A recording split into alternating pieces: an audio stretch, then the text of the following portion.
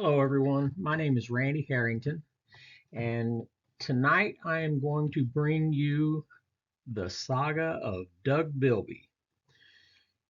I titled this The Chronicles of BulletMaker, Lake Oologah, Spencer Creek, Oklahoma.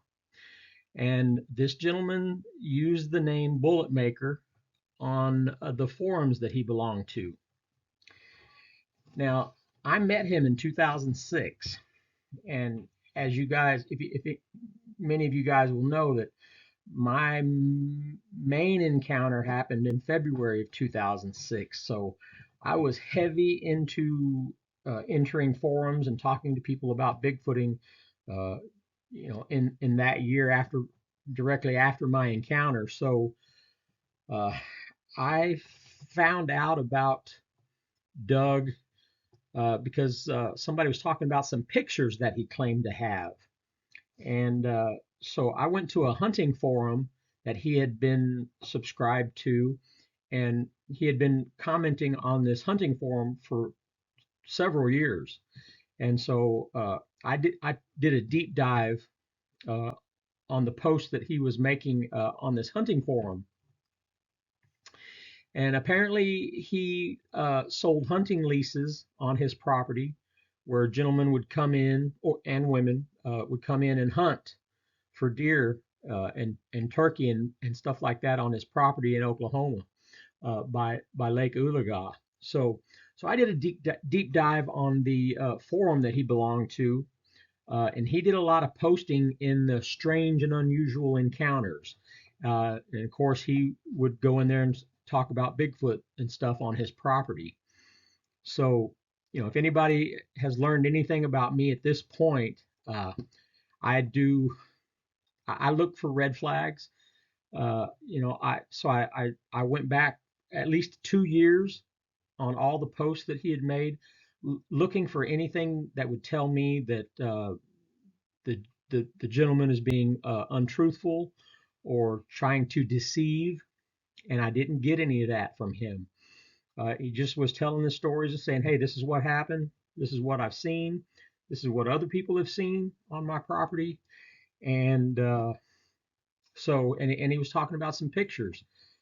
He was even inviting people from his hunting club or forum from different parts of the nation to stop by, and they'd go Bigfoot hunting, with to go out and see if they couldn't see a Bigfoot and stuff like that.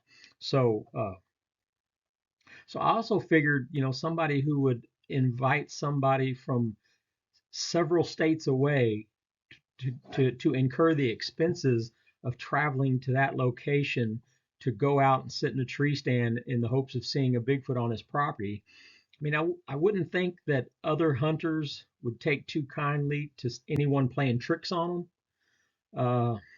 I mean, apparently some of them did come and go down there with him and, and see what was going on. So the atmosphere of him being honest and open and willing to let people come in there uh, rang true for me.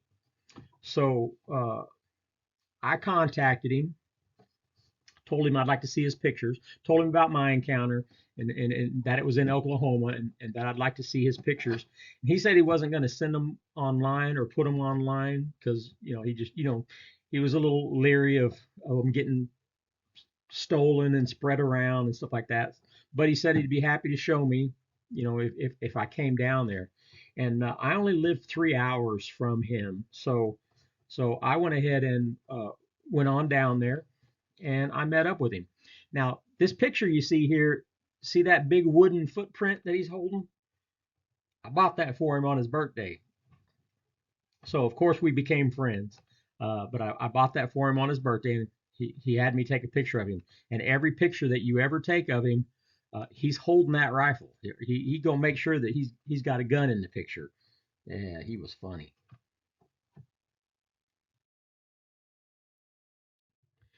All right, so here's another picture of him. I mean, he was in his 60s, and sometimes he was a bit cantankerous, but yeah, I mean, the hunting forum is where I first got to meet him just through his mannerisms and mannerisms of making comments and talking with others.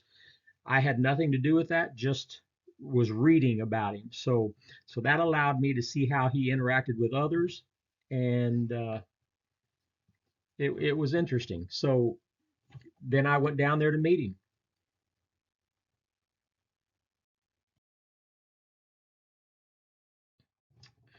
All right. So he was retired railroad, and he lived down, bought some property down north of Chelsea, Oklahoma, out by the lake, by Lake Oologah, the Spencer Creek area. He bought some property in there, and had to get a bulldozer, have somebody bring a bulldozer and cut a path into an area of the woods there.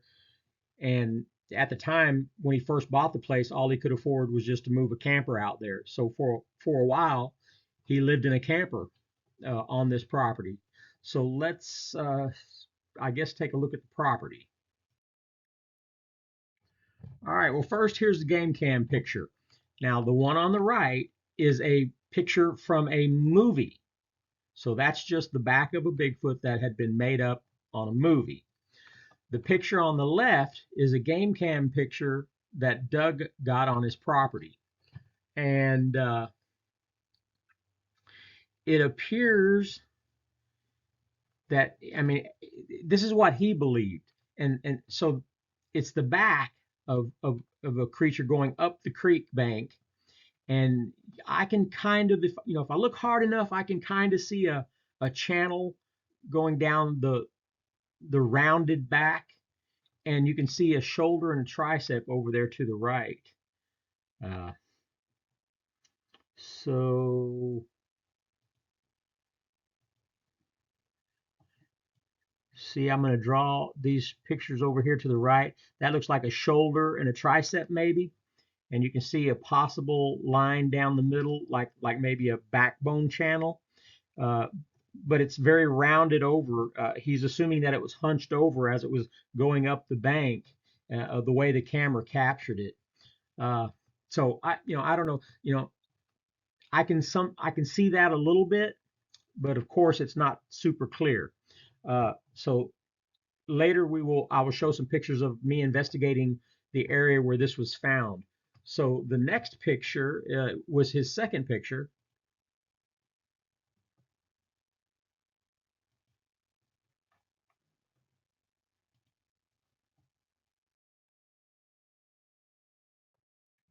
Okay, now this is the second picture. Now this is very hard to see, and I actually took a a black marker and marked the side of what he is claiming is a creature to the extreme left of this picture. And this was taken by a game cam that was watching a corn feeder that he sets out for deer. And believe me, when I sat at his table and looked at these pictures on 35 millimeter, they looked a lot better than they look here online, because it's been degraded somewhat, being sent, in the formats that they've been sent, and then enlarged, and it's not as good as seeing it with my own eye, especially in a photograph that was laying on his table. And I can clearly see that there was something on the left side of this picture, and it looked vertical, and it looked like you could see the bottom of a foot being raised up. So like I said, I just drew a little line there, and now I'm adding red just so you can see where I drew. But I drew that, and that's, that is what was at the edge of that picture. And so again, it's not great. It's just a part of something. It could be anything, but I saw the flat bottom of that foot. I thought was something quite interesting. So uh, those were the two pictures. Uh, he's convinced that it's two pictures of a Bigfoot, and I'm on the fence either way. All right, so here's the area that we're going to be talking about. He lives on Spencer Creek, and I'm going to draw a red circle. There's the Spencer Creek area. So the lake is very big. Lake Oologah is a big, big lake, and you should stop this video and go into your Google search and punch in Noxie Bigfoot, Noxie, Oklahoma, or the Noxie Monster, or Nowata, Oklahoma Bigfoot sightings. And it's going to come back up with a lot of choices to read the Noxie Monster, which was in the 70s, 1970s. There was newspaper articles about it, and it involved, gorilla-looking bipeds and different ones, different sized ones. And this is a small town just a little northwest of Nowata up there, but it's in Nowata County. But while I was searching the search engine for these reports from the Noxie Monster in these locations, I mean, Watova came up, and there's the little town of Watova right there across the lake. So Watova came up as having a sighting, and I found another site, and I'm going to draw a circle right now at the very northern end of the lake. See that area right there?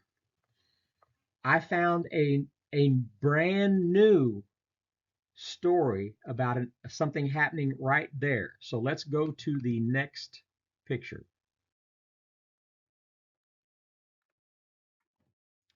All right, this is one of the ones that popped up on my news feed when I was just looking up Bigfoot sightings in the area, and this is from 2021. So I'd consider this one a pretty new one, but you need to take this and put it in your search bar so you can read it. It is a very interesting story.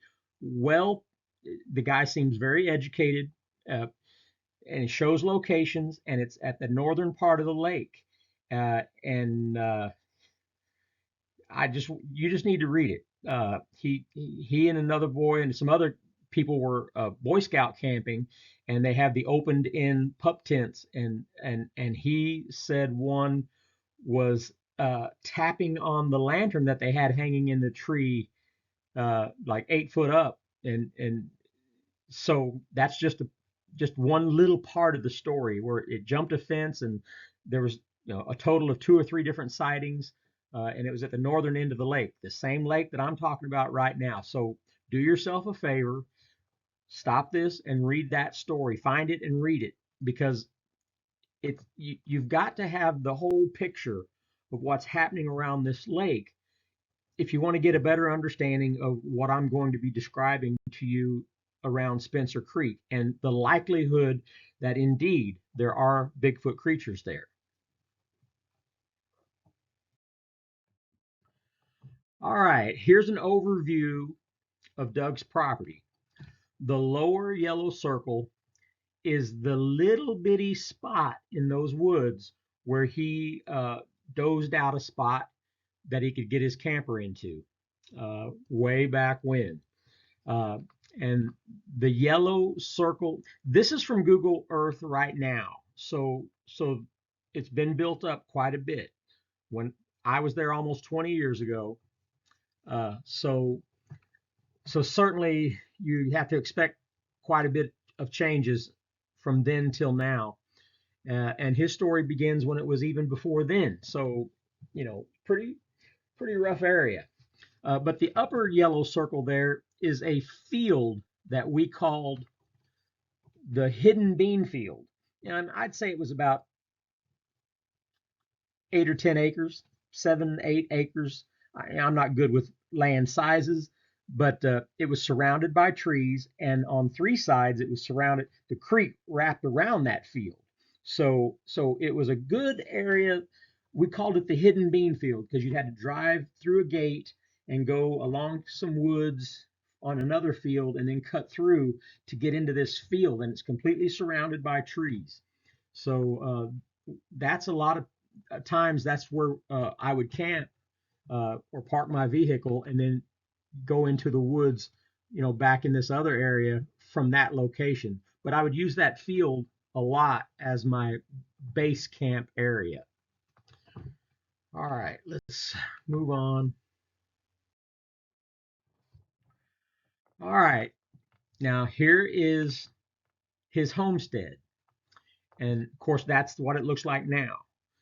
This is not what it looked like 20 years ago. The cabin is still the same. It's just a small opening within these woods, and with lots of stuff going on around there. And he'd have hunting stands set up in different locations. And I believe there was one set up back here somewhere. And I'm gonna draw a red circle back there. And there was some back in here. And of course, further down there was more, but I believe these were the only ones up in this area. And this drop off back here, see this where I'm drawing this red line? When I would walk back there, it was pretty straight down, and I would say it was every bit of 70 or 80 feet deep. I mean, I'd get a little bit of vertigo when I was on the edge of that thing. I'd have to have my hand on a tree because you would be both legs broke, maybe even dead if you went off the side of that thing. But there was some really steep terrain, all kinds of strip pits around there, and lots of them were filled with water. So interesting geography there. But I want to tell you that I actually came up out of a strip pit and found tracks. And I'm not a tracker, but when I came up and my eyesight was even with the forest floor, I could easily see footprints going across the forest. So I was like, whoa. And then I got up and followed them until they crossed a dirt path. There was a dirt trail to the north of his house. And when that trackway crossed the dirt path, that's where I found my first that I tracked, because I followed the tracks where I saw them start. That's the first time I had ever tracked anything. And I haven't done it since. I just got lucky in that I saw them as my head was coming up out of that. Well, anyways, I'll show you how I got there. All right, so you can see the cabin, or the cabin homestead location down here in red. And there was a path. You can see I drew it in a yellow. Well, see the arrow up there where I was coming up out of that strip pit? There's a strip pit, and that corner is where there was a way that you could get up, but you'd have to grab trees to pull yourself up. That's how steep it was. And then when my head broke over and I could see through the woods there, I saw impressions, and it just looked like footsteps. And so I started following them. And when they crossed this dirt path that's going through the woods there, I was able to find a really decent track with toes in it.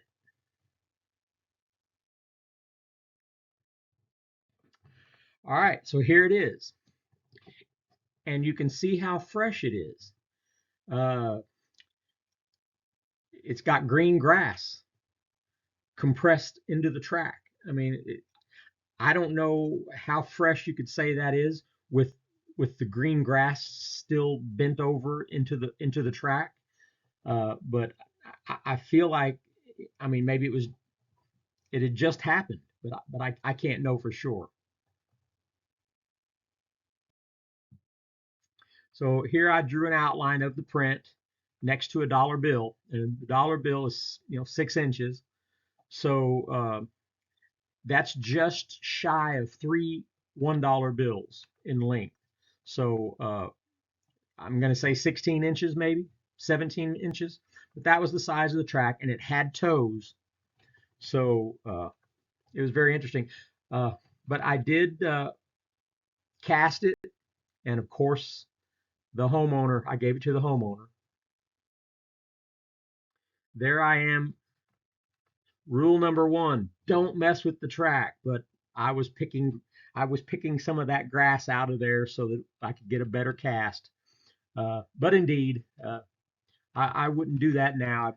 Try try not to mess with things, but uh, but yeah, it was a quite nice track, and it was good sized.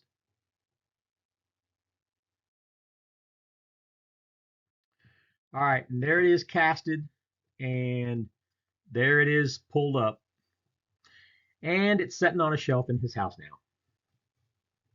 I wish I'd have got to keep it though.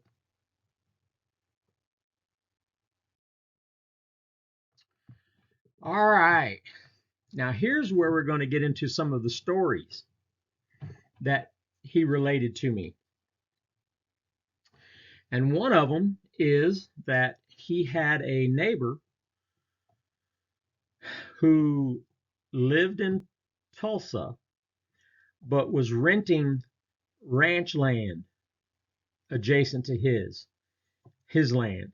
And for some reason that year, uh, he's lost some steers, uh, and actually found one up in a tree, about 10 or 12 feet up into the fork of a tree. And now here's where Doug told me that he didn't want me talking to his neighbors. He didn't want me, causing his neighbors to, think poorly of him or whatever, or make fun of him or whatever. So I was kind of in a quandary, because here I was being told that I couldn't ask any questions of the neighbors. But I thought to myself, that's just exactly what somebody would tell you if they're hoaxing you, not to talk to the neighbors because they don't want to be found out. And so I was kind of, in a catch 22 where, half a dozen of one, six of another. So I had to think. Through other conversations, Doug did mention his neighbor's name, and I made sure that I remembered the guy's name, and it was Brownlow. So what I did, and I never told Doug that I did this because it was important to me to investigate what was happening there without causing any problems. And also, if things were legitimate, I wanted to remain his friend and be able to have access to there and keep going back there. So I got in the phone book, and this was back in 2006. So I got in the phone book, and he told me that he lived down in Tulsa, and so I'm looking in the Tulsa phone book and find Brownlows, and I think there was like 10 or 12 of them in there. So I just start making phone calls and talking to each one of them until I find out which one is a rancher that owns some land up by Chelsea, Oklahoma. And when I talked to one of the gentlemen, he's like, yeah, I own some land. He says I'm uh, leasing land up there to run cattle on. And so I was pretending to be a college student, and I told him that I was doing a paper on predators in Oklahoma, in the state of Oklahoma. And I said I understood from some other ranchers that he had been having something predate on his cattle this year. And he said, "Oh yeah, I've lost 4 or 5 400-pound steers." And he told me that one of them was found up in a tree. And so I was actually extremely happy to hear that because it verified what Doug told me. But here I was, here Mr. Brownlow was talking to me like he's giving me some great information for my college paper. And so we continued to have a discussion for a short while. And I asked him what he thought it was because I wanted to see if he had any experiences that would make him, say what's going on. But he actually just said, it was a mountain lion probably, and that there's some caves back in there with those strip pits that, he just thinks the mountain lion, and so we left the conversation at that, where he was convinced that there's a mountain lion holed up in a cave out there that's killing his 400-pound, dragging his 400-pound steer up in a tree. So I got online and looked up things about mountain lions. Oh, and there's a picture I drew of a steer up in a tree. So that that's my version of a cow up in a tree. But then I did look up some information on mountain lions. Mountain lions do not carry prey up in trees. That's the answer to the question. So, mountain lions usually drag debris over their prey if they're going to save it, to try to just discourage any scavenging. But it's not their style to take them up in a tree, so don't think it is. Don't think it is. The question in the title probably derives from the activities of the leopard, and the question in the title was, do mountain lions take their prey up into the trees? Leopards do, in parts of Africa, because there's competitors such as lions and hyenas and wild dogs. Leopards are forced to take their kills into the trees. Any leopard kill made in the open is going to be detected by vultures, which encourage the presence of other scavengers. So there are many reasons why a leopard has developed the skills to get their prey once they catch something up into the trees for safety and to be able to eat in peace and all that kind of stuff. The cougar does not do this, withstanding that these two large wildcat species are similar in size. It may come down to competition. Arguably, there's more competition across the distribution of the leopard compared to the mountain lion. The mountain lion does not have to compete with larger predators such as lions and tigers or groups of lesser predators, which are very formidable. And also, the leopard is a slightly more confident climber. So that's enough for me. Just because a rancher believes that a mountain lion is taking a 400-pound steer up in a tree doesn't mean it's so. But it doesn't mean it's not so. I can't say a Bigfoot is doing it, but if it's only 10 or 12 feet up, the Bigfoot I saw in Oklahoma was about 8.5 foot tall. He could have been 9 foot tall. I don't know. But, if the natural way to carry an animal, a very loose and limp animal like that, would be over one shoulder, then to flop it over into the fork of a tree that's about the height of you seems natural. So even the Bigfoot wouldn't have to work very hard if it just kind of flopped it over into the fork of a tree that was almost as tall as he was. So, yeah, that's what I'm going to say happened, but I don't know for sure. But with all the other things combined, it sure makes you go, All right, so here's that hidden bean field. You can see I've got the X in that, and I'm going to put the red circle around it. That's the area from the other map that I told you we called the hidden bean field. And that arrow, that line with the arrow, shows the travel path we'd come in with the vehicle, where the arrow is. And then we just park anywhere we wanted within that field. And it was kind of circled by a deep creek, very high-sided creek. And see that arrow at the top right corner of the hidden field? That's where the photograph that he claims was the back of a Bigfoot coming up the bank that he captured.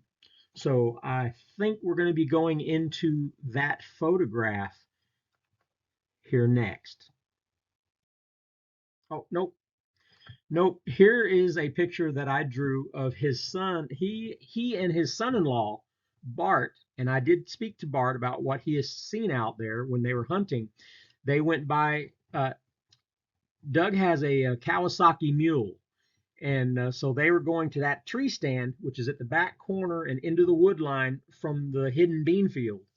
And they both saw one standing in that thicket, watching them drive by in the Kawasaki one night. And so I was able to confirm that with Bart, his son-in-law. And so I got the story from both of them, from Doug and then from his son-in-law. But yes, so they saw one there on their way back to that tree stand.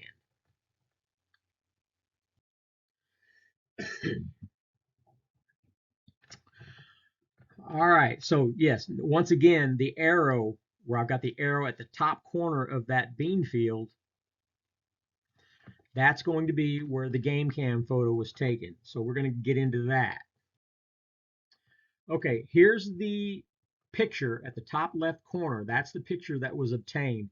And that's me standing in the general area. You can see the tree to my left and the tree to the left of whatever that is. So, and I'm trying to stand and lean my head over so you can see, the shoulders, bulky shoulders, and the traps. Uh, and so I was trying to stand in the same way that Doug thinks that this creature was coming up out of the creek.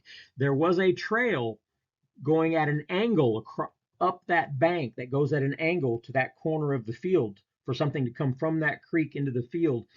And he had the camera. Okay, here I am.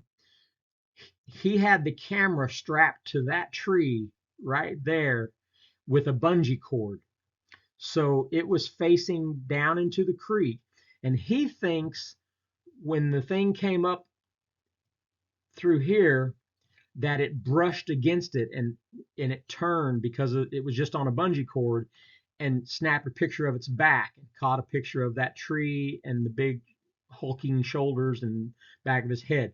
That's what Doug believes. And I can see that being a possibility. Here I was with a picture, with a photograph of the game cam picture, and I'm trying to line up anything that I can see within the view, being as this is where the camera was.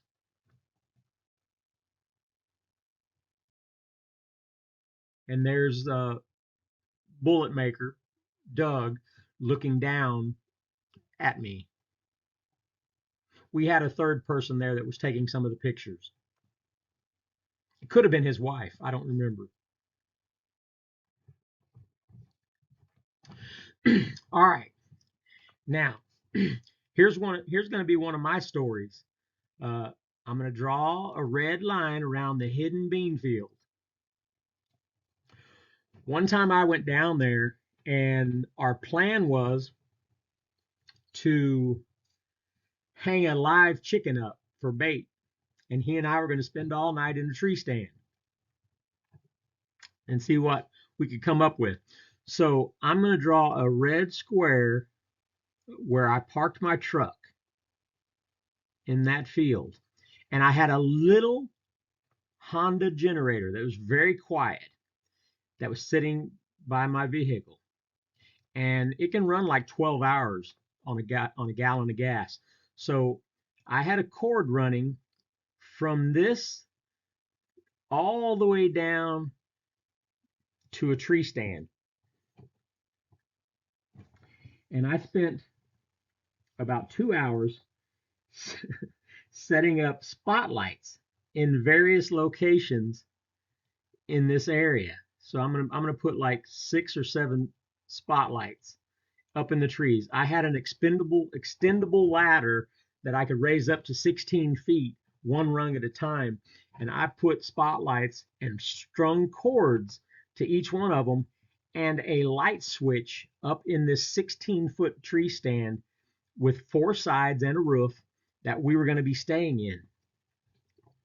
And I had a chicken hanging up out there. And so we're sitting up here in this tree stand, and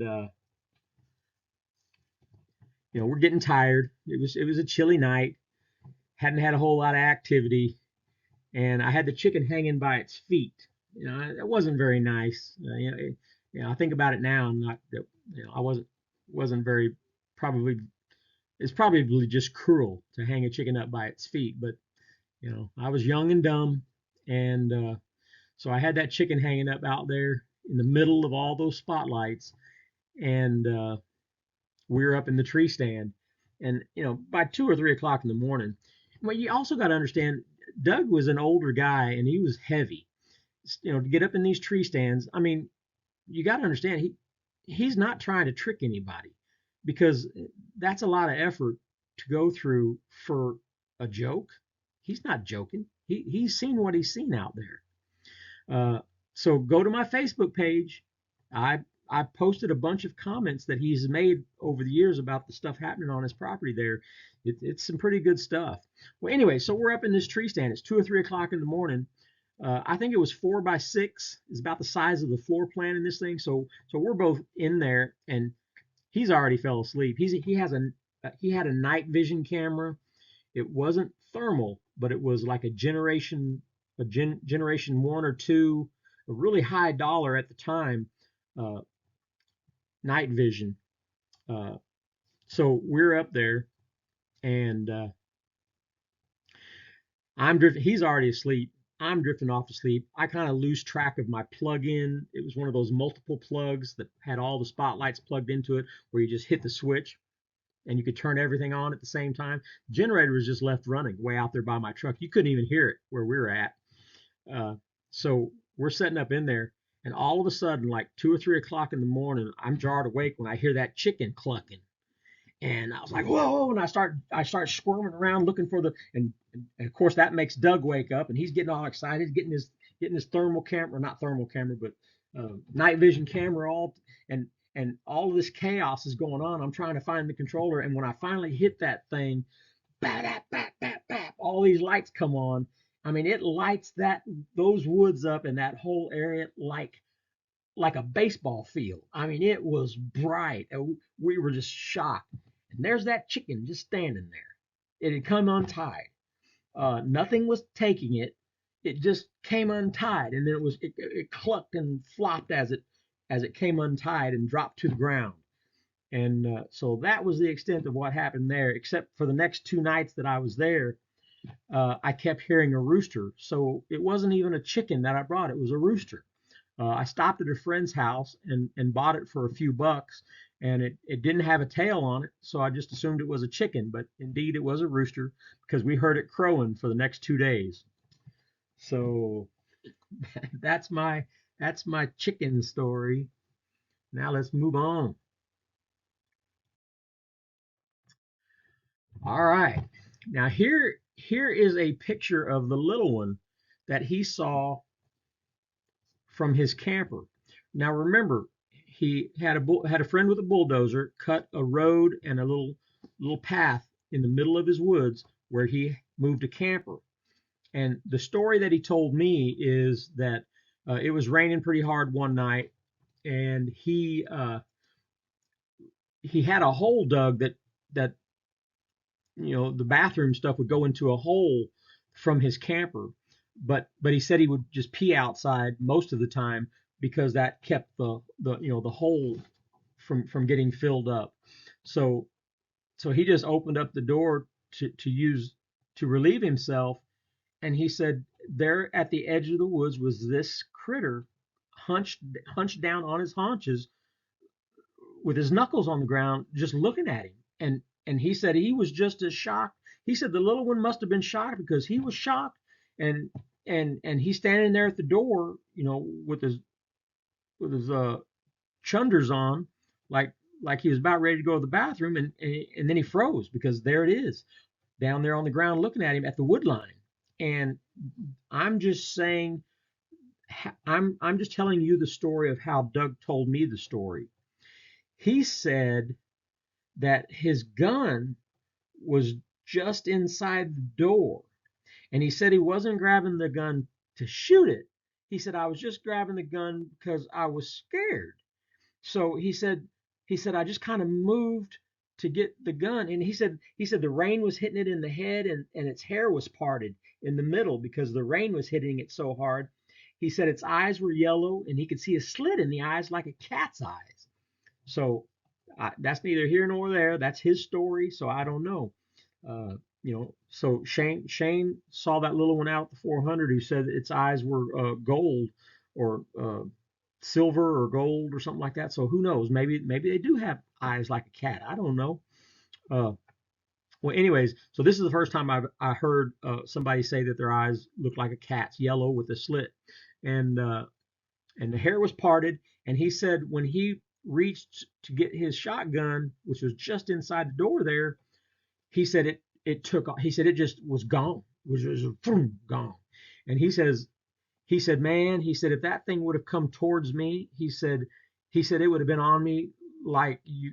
He said I wouldn't have even had time to pull the gun out of the doorway and level it. He said that's how fast it was, and that was a little one. So he had a gentleman named Bill Asmussen. Asmussen. I don't even know if the name is correct, but he was a Bigfoot guy. He paid him to make this picture for him. So there it is. There he is with the picture, and we were standing in his living room, and I hope I got that name right. Bill Asmussen, a Bigfoot artist. And this is, like I said, this was almost 20 years ago. So maybe some of you guys can look it up and find out, who he is as far as a Bigfoot sketch artist. Maybe he would just sketch people's witnesses or interview. Anyways, so that's the picture. He was proud of it, and so he had it hanging there in his house. So again, here's somebody involving other people in ways that takes their time and effort. This man here believed what was going on there. He wasn't trying to trick people.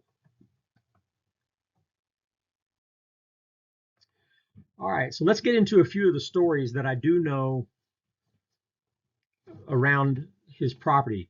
I did talk to a couple of the hunters. Hunters had seen some things.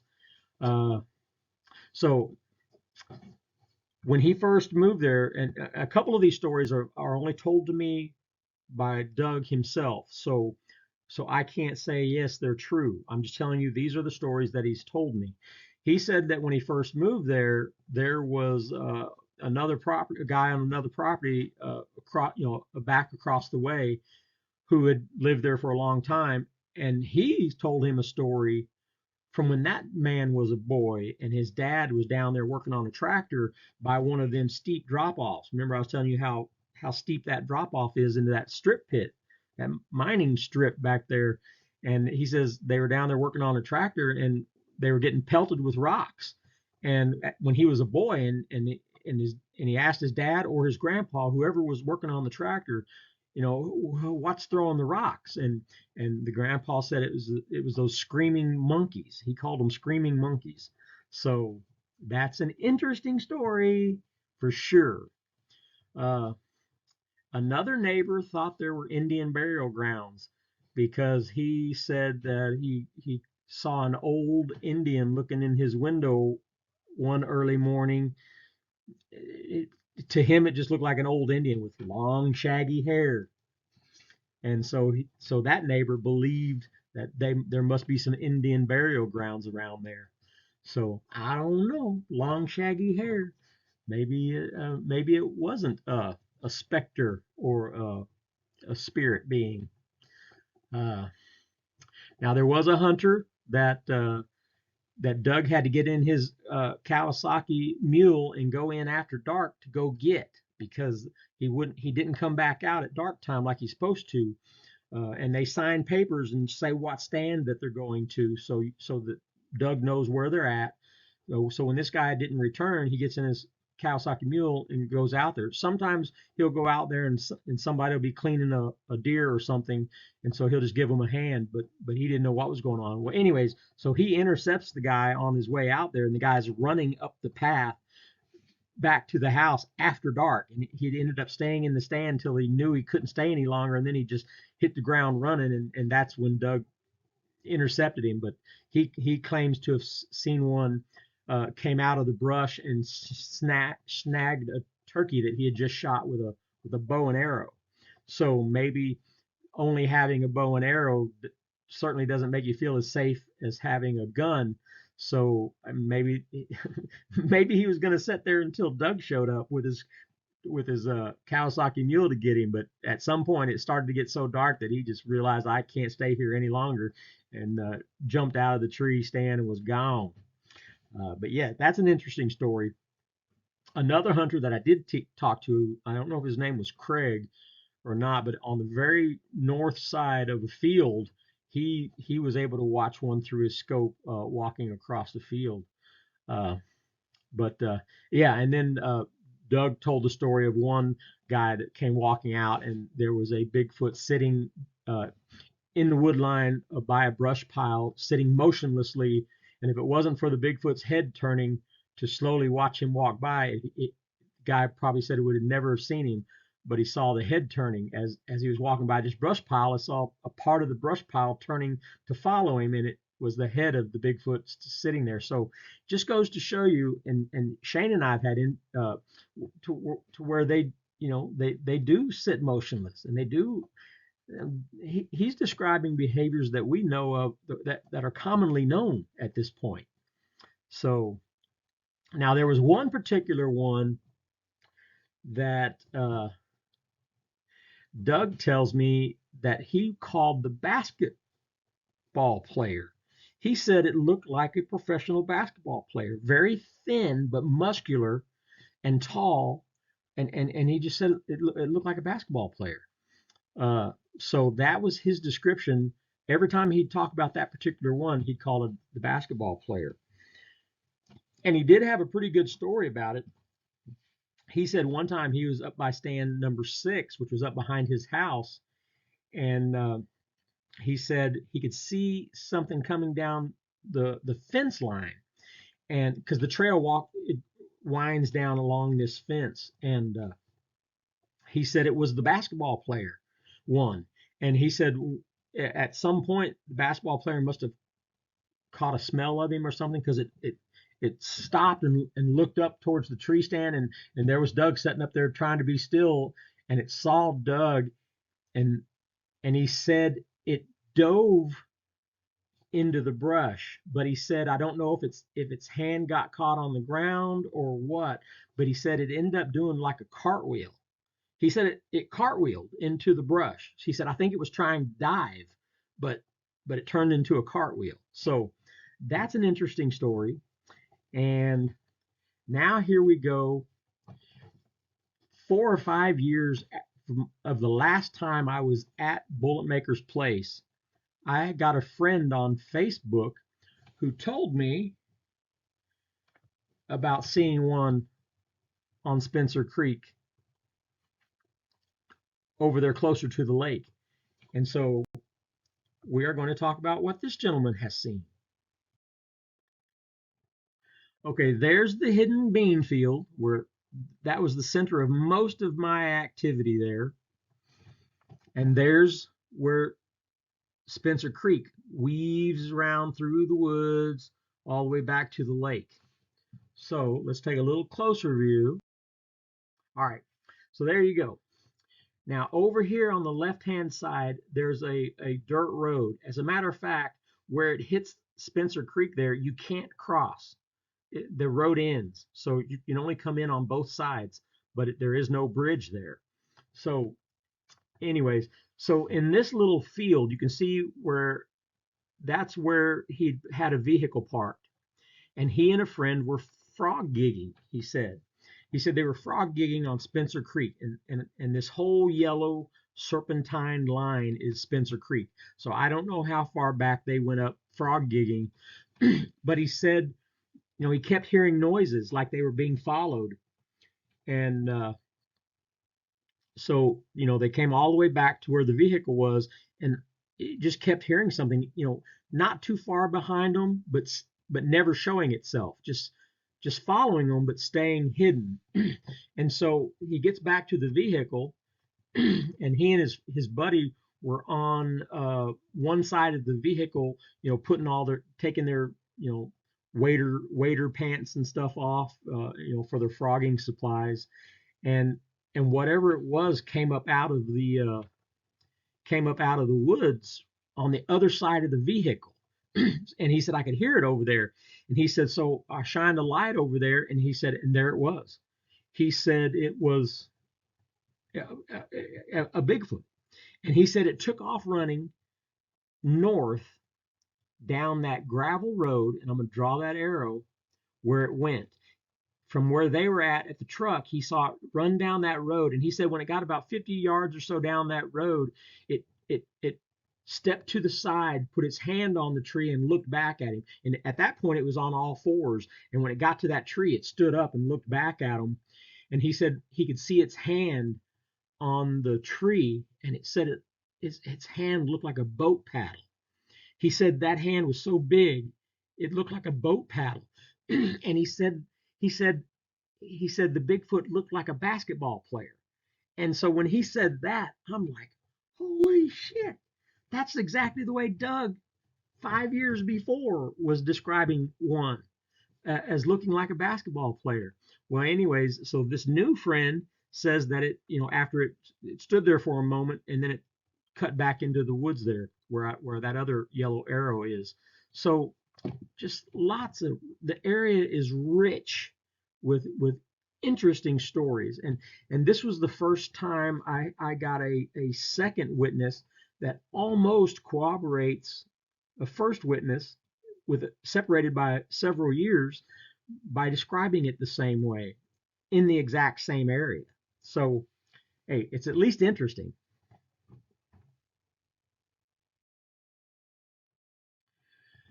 All right. Now let's go back up around his cabin. And he had a pattern where he had a bulldog, and they would sometimes have bulldog puppies and then sell. You know how you can get $1,200 for a bulldog puppy or more. So they had one of those high dollar bulldog puppies or bulldogs, and so he had a camper, and he liked that camper. They would sleep in the camper. Matter of fact, they would spend more time living in the camper, even though it was right next to their cabin. He just said they liked it. It was very cozy, and so he's in this camper, and I drew the yellow picture there to show you that this is where the camper is. And on the back side of his house, I'm going to draw a red. See that red back there on the back side of the house? That was a patio door coming into the kitchen. But in the summertime, he would feed the dogs outside. In the wintertime, he would feed them inside. So he said it would the gifts that he received would coincide with feeding on the outside of the house when he'd feed the dogs on the outside. And he said one time he got up and on his back stoop was three items: a full red bird, a blue bird, and a turtle shell, all three sitting right next to each other in a line on his back stoop. And he always suspected that it was a Bigfoot that gave it to him. That maybe because it was able to eat dog food or something now. But he also said that the house would get slapped on that north side of the cabin there where the chimney was, because that was all the rock side.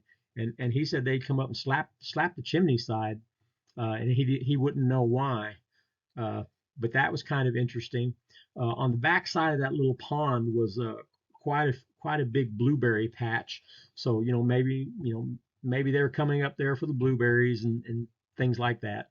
But one time he said he got up one morning and there was a dead squirrel on the stoop of his camper when they were sleeping in the camper, and it had no head. And he said you could tell that something pulled the head off because of all the stringy stuff. There was no cut marks. The head was just pulled off and nowhere to be found. But it was a squirrel body laying on the metal step of his camper that he was sleeping in. And he said that bulldog would not go near it. He said that bulldog would go after anything and everything: cats, other dogs, squirrels, rabbits. Nothing was safe in that yard. But he said it would not go near that headless squirrel.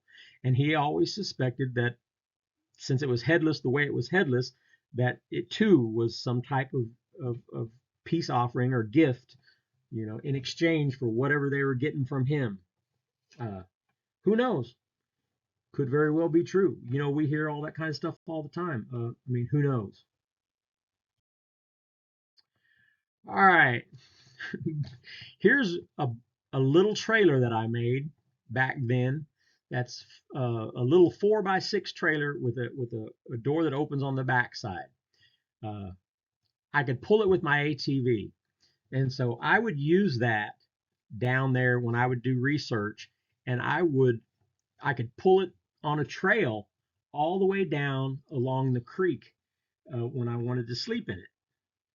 And it allowed me to be into the deep, dark areas.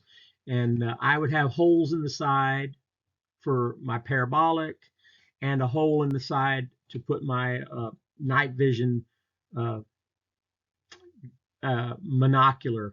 Back then, that's all I could afford. I didn't have any thermals or anything like that. So here it is. You can see the little hole on the side. The hole on the side was where I could put my parabolic mic in there and it would just fit perfectly. So I could sit inside with my headsets on and just hear anything and everything going on outside, out in the outside world. And I had a lot of interesting things happen down there. Uh, so yeah, that there is outside of the bean field down there along the creek on a trail that I could get down in there, and I'd sleep in that box and I'd record all night long, and had a lot of interesting things happen. All right, one night I'm down there, and first I got to tell you that along that creek there was a stump that had it was a hollow stump, that was standing vertically where you could get in it on one side. And as we drove by it in BulletMaker's Kawasaki, I said, man, I said I could slip inside there. I said if we drove along here, I could slip inside there and just wait and see if we're being followed or anything like that.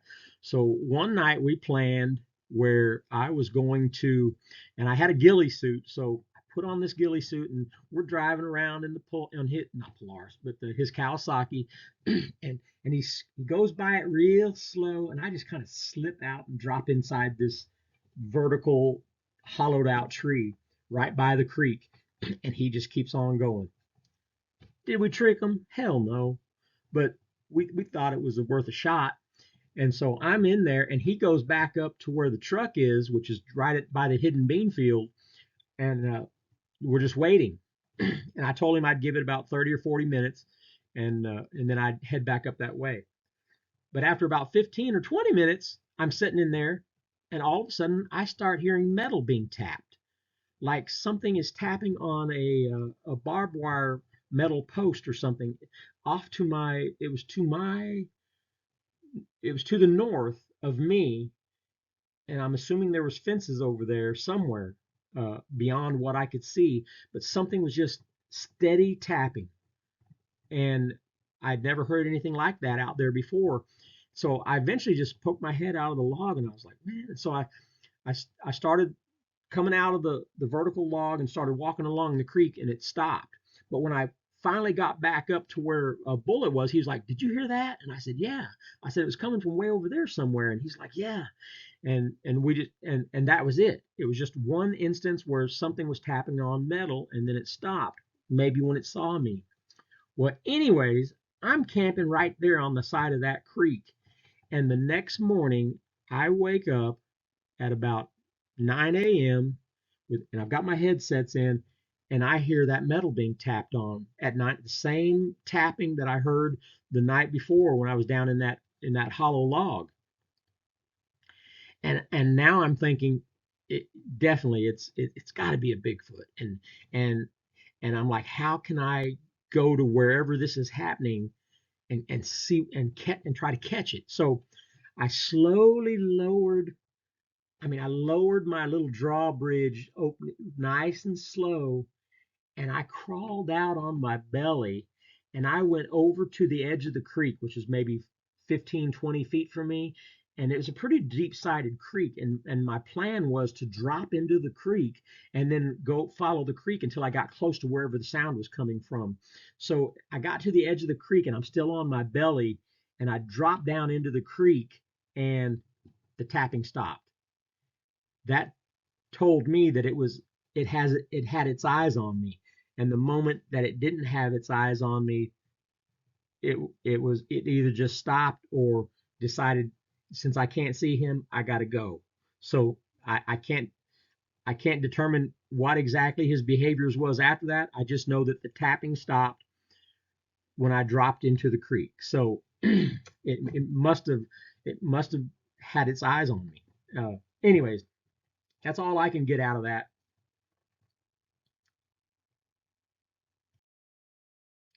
Now, when I was in the creek, camping on that side of the creek, I camped on that side of the creek a lot.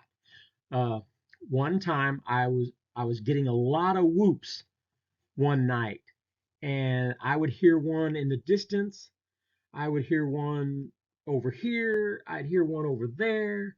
I'd hear, I mean, I probably had 25 whoops in that one night, and it was pretty spectacular. I was able to save one of those whoops that I'm going to let you hear now, but know that there was a lot of them that night. And I talked to other researchers since then, and they said it sounded like there was probably maybe a hunting party. I don't know, that kind of stuff. Clearly, there was at least two. I initially thought it was one that was just going around whooping, and and when I talked to somebody else, they were like, no, that it was covering way too much distance for it to be one. That wouldn't make any sense. But what does make sense is one whoops and another one says, hey, I'm over here, whoop. Hey, I'm over here, whoop. What I can't say is how many there was. I can say there was at least 20 to 25 whoops that night, but that doesn't tell me how many was doing the whoops. It could have only been two. It could have been two just keeping track of each other. So there was at least two, maybe more, that were whooping in and around that Spencer Creek area that night. But here it is.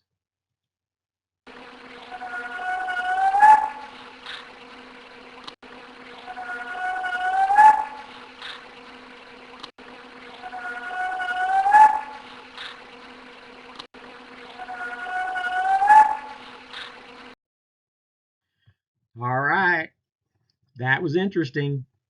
Now, here's a picture of me and my daughter, Ashley, in the box on Spencer Creek. She spent some time there with me too, doing some bigfooting, and I had my eyes closed because we were inside the box.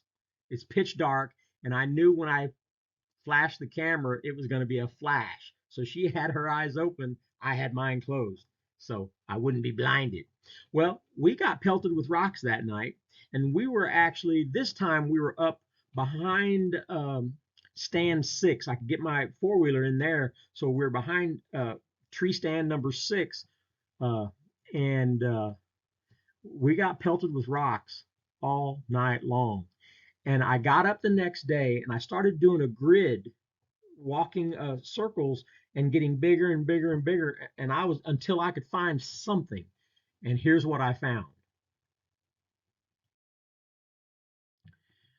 About 50 yards away on this solid rock that was just barely sticking up out of the ground, there was a cluster of smaller rocks on top of it.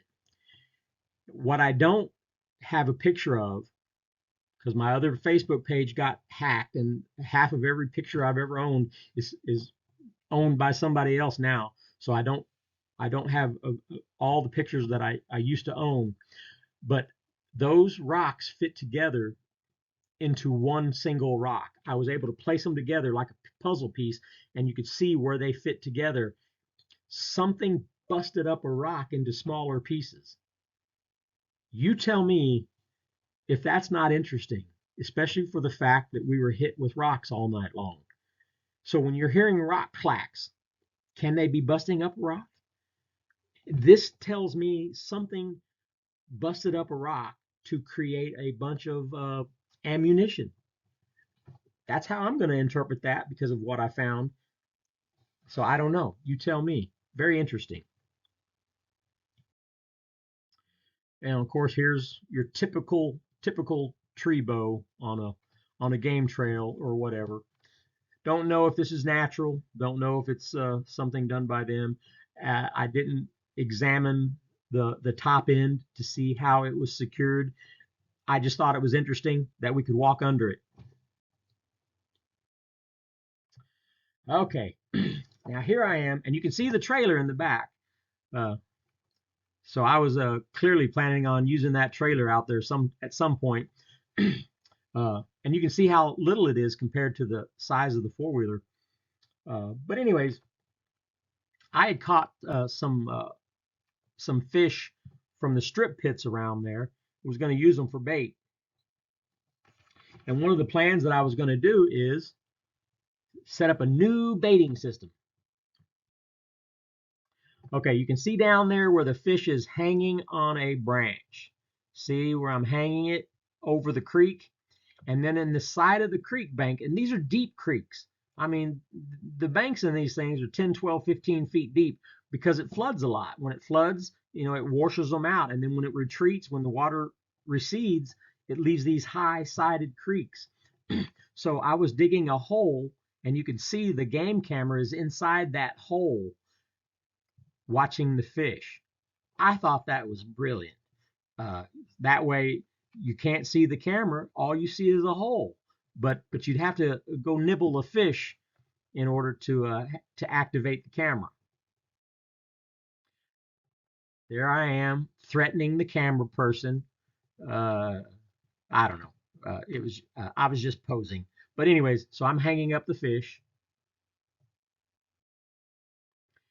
And there I am digging the hole.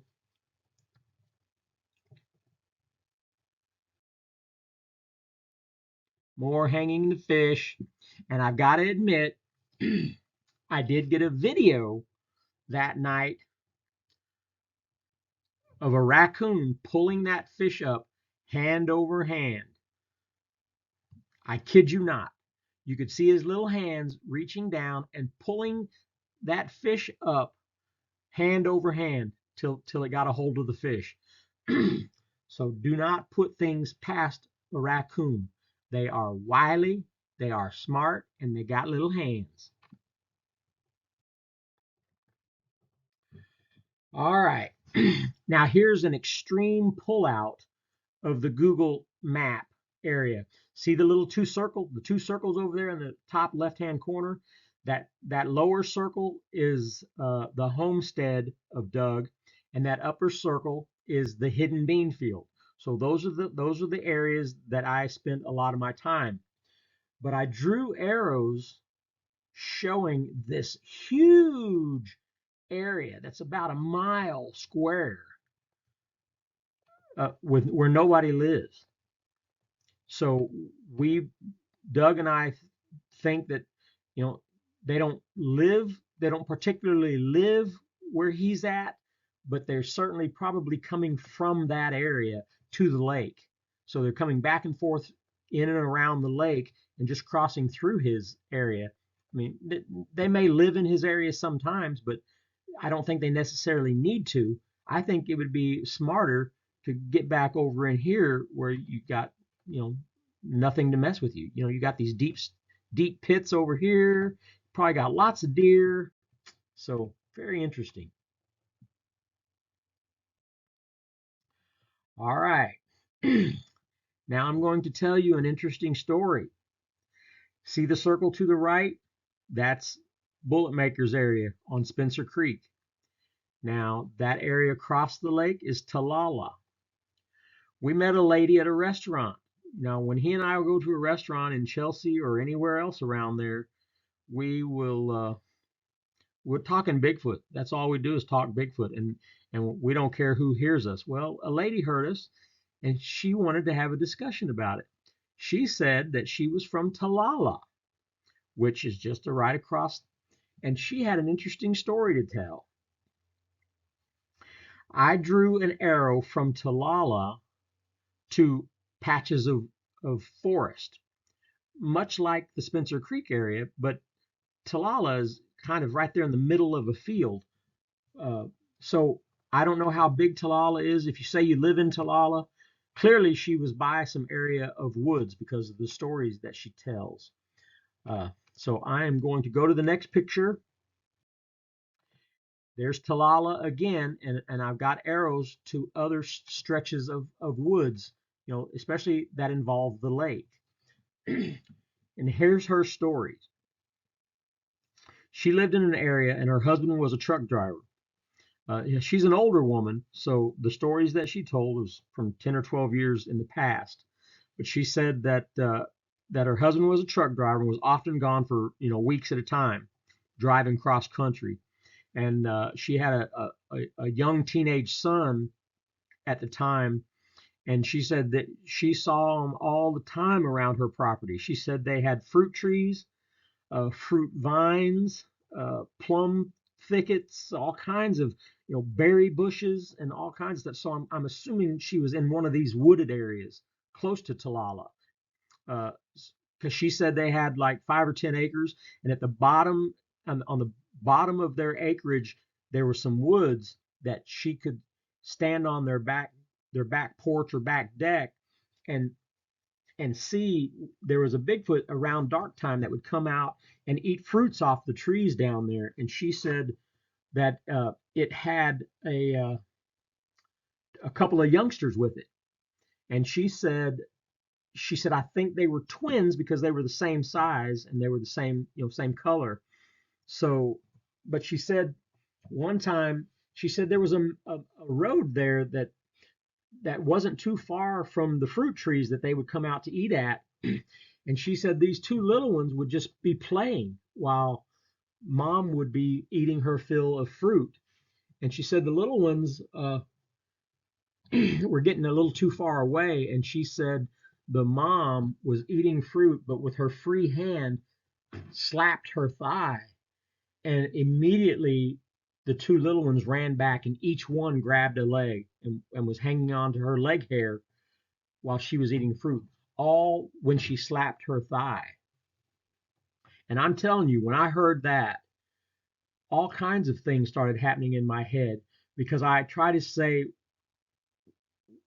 what, not only what does that mean, but that means they discipline their young, because slapping your leg is not something that is instinctual for a little one to know, well, that means I've got to go back and be with mom. That almost suggests that they discipline their young, because a youngster has to have repercussions if they don't come when mom slaps her thigh, because that's how important secrecy is for them and staying hidden. And if they've got a youngster that doesn't listen, that's bad. So that suggests to me that they would discipline their young.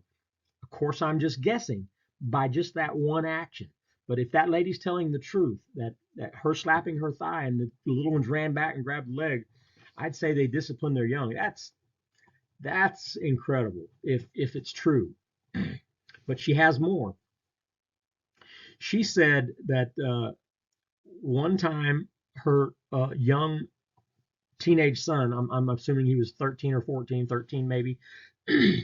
She said that he had a few friends over, and he was telling his friends at school that that they were seeing this creature come out of the woods down there by their property. And so these other little boys came over to spend the night one time, and she said they were out on the back deck. She said normally it would be her out there, but she said when the female came out and was eating off the fruit tree, she said her son and a couple of his friends eased on out there and was looking too. And she said in just a matter of seconds, off into the brush on the right or left side of their deck or back porch, she said they had a lot of thick shrubs and stuff like that, but she said this big male stood up, that he was right there already next to their back porch, and stood up when those boys stepped out. She said it took her a long time to be able to get out there herself. The female would always duck back into the woods, but eventually over time, the mother was able to step out and stay out, and they tolerated it. But this was the first time the son, and especially the son and a couple of friends, have stepped out. And that male, she said, was scary. She said, because she said it looked like it was frothed up, like it was trying to look scary and be scary, because it was scary, but it was almost like the hair was sticking up. And she said they could not get back into the house fast enough. And when they did, the boys were running from window to window because the Bigfoot was moving around the house, and they were going from window to window to look at it as it was going. And she said it went to their front porch and pissed all over their front porch. I don't know if she's telling the truth, I just know that it seems like an odd story to make up. If any of this is true, I'm going to say all of it's true. Uh, but she said, her husband had struggled with her telling him about it, and eventually he cut down the fruit trees, took out all of the plum thickets, all of the berry bushes. She said, since he was on the road and he couldn't be there, he took out all of that stuff, and she said it pretty much came to a halt after that. But those are quite interesting. And Talala is right across the lake from the area that I'm talking to you about. Now, when you get online and you read about the Noxie monster and Nowata, Bigfoot, and you start reading some of that stuff, just know that it's in those locations. They're even talking about Watova having a sighting, which is just another fly speck, above this town. So you need to read those things, uh, and then come to try to understand what's the probability that I'm telling you that happened at Spencer Creek is real or not. Uh, I think it is.